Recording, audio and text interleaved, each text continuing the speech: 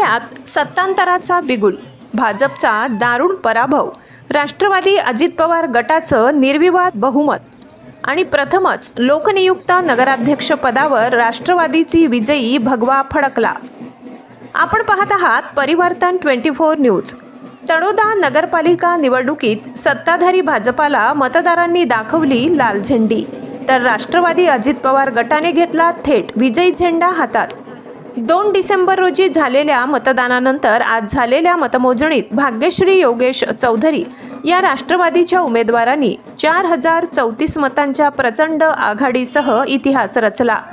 भाजपाचे जितेंद्र सूर्यवंशी आणि शिवसेनेचे हितेंद्र क्षत्रिय दोघांनाही पराभवाचा चटका बसला आणि शहराच्या राजकारणात नव्या युगाची सुरुवात झाली।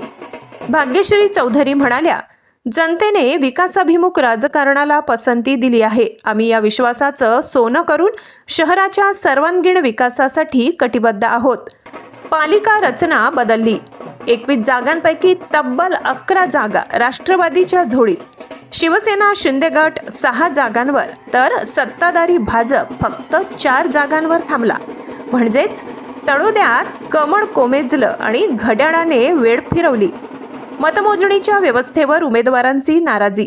टपाल मतांची गणना करण्यासाठी तब्बल 1 तास, ईव्हीएम मोजणीत 3.5 तासांचा विलंब।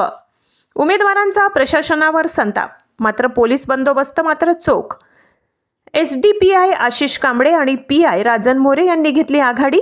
माजी नगराध्यक्ष अजय परदेशी यांनी प्रभाग 3 ब मध्ये पुन्हा विजय मिळवला, तर माजी नगराध्यक्षा रत्ना चौधरी याही विजयी। मात्र भाजपाच्या हेमलता डांबरे आणि शहराध्यक्ष गौरव वाणी यांना पराभवाची चव चाखावी लागली। तब्बल 14 नवीन चेहरे। या निवडणुकीत नागरिकांनी 14 नव्या चेहऱ्यांवर विश्वास दाखवला। त्यांच्या कार्यक्षमतेकडे आता सगळ्यांचं लक्ष। 3 आमदारांची प्रतिष्ठा पणाला, पण परिणाम उलटा। भाजपाचे राजेश पाडवी, शिवसेनेचे आमशा पाडवी आणि चंद्रकांत रघुवंशी या तिघांनी निवडणूक प्रतिष्ठेची केली होती। मात्र राष्ट्रवादीने नौखे असतानाही तळोद्यात विजयश्री खेचून आणली।